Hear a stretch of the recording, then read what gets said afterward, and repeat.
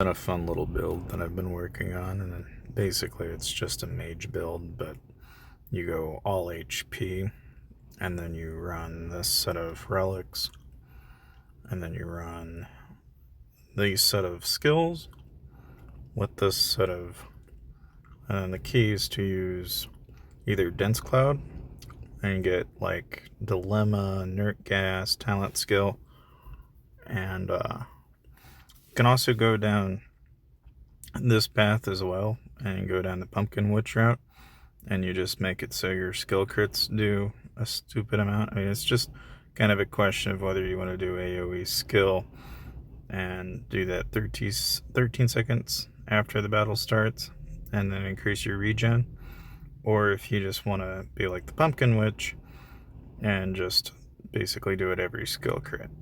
You know, the difference is pretty massive. Like if I do it every skill crit, and again, looking at my stats, you'll see that I have a 46% skill crit with a 205% skill crit damage with 1070 skill damage. And it just basically fires off as many times as it can. And it's just, you know, as far as the actual layout goes, I mean, you basically invest quite a bit into Eye of the Abyss, Wildlife Piercer, Immortal Spirit, Bloodstained Blade, and the Forgiving Horns, and you try to basically want, you know, obviously the most damage you can lay out. So, I mean, if you want to even go even more damage heavy, instead of making it all HP, you can actually go all attack.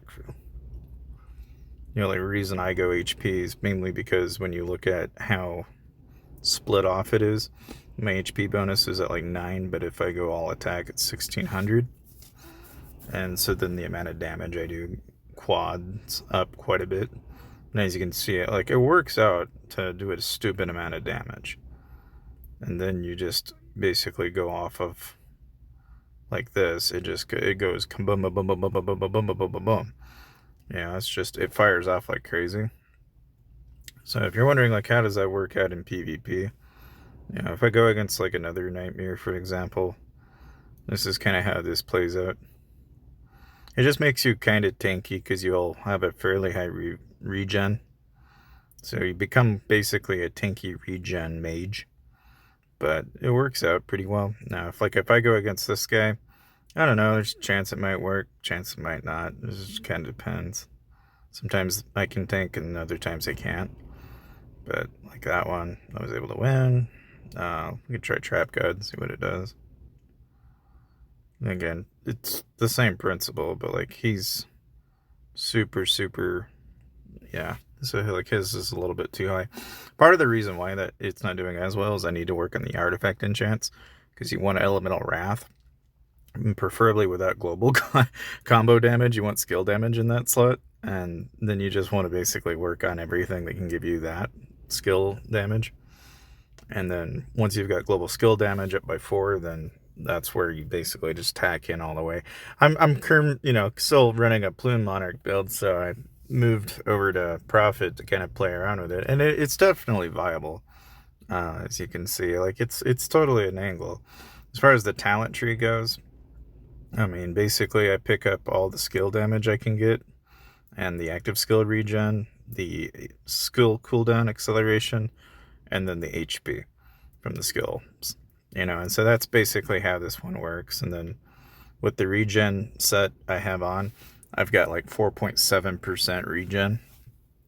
So you get kind of tanky too alongside that. And that's kind of what makes it work so well, I think. I mean, it's the benefit of having a regen set is it just gives you that ability to just kind of play around with it and see what, you know, if anything you can tweak and adjust as needed. As far as the actual artifacts go, I mean, I'm only using the double-edged string just because it'll amplify the AoE skill damage after 10 skills. Now, as far as mounts go, I mean, technically, right, you could go Cloud Drifter instead of Cheetah, and that's going to do just fine because you're going to get an increase to your skill crit rate. Or you can go Magic Carpet even and give yourself random skill procs. So, like, I can show you, like, what it's like on Magic Carpet, for example. Set a Cheetah 0. And it's, you know, it's basically you just fire off random skills occasionally. And that's, you know, got its own kind of flair to it, you know, and And of course, there's also the alternative, right? Which is to say you could also go down and use Cloud Drifter, and that plays into more of the amount of skill crit that you're doing and just basically trying to proc off as much skill damage as you can do and skill crit. And it works, it's like it's got its place, it's not like it's the worst thing in the world, but as far as avians go, like I would much rather have a dense cloud, just because what I can do with a dense cloud is I can give myself energy regen and then basically just fire off the skills like super crazy. Run this active skill a bunch, which comes in handy when you're wanting to, proc against like a bunch at a time. And like in this case, we're just getting skill crit, so we'll also get a 20% damage boost while we're firing off like that, like crazy.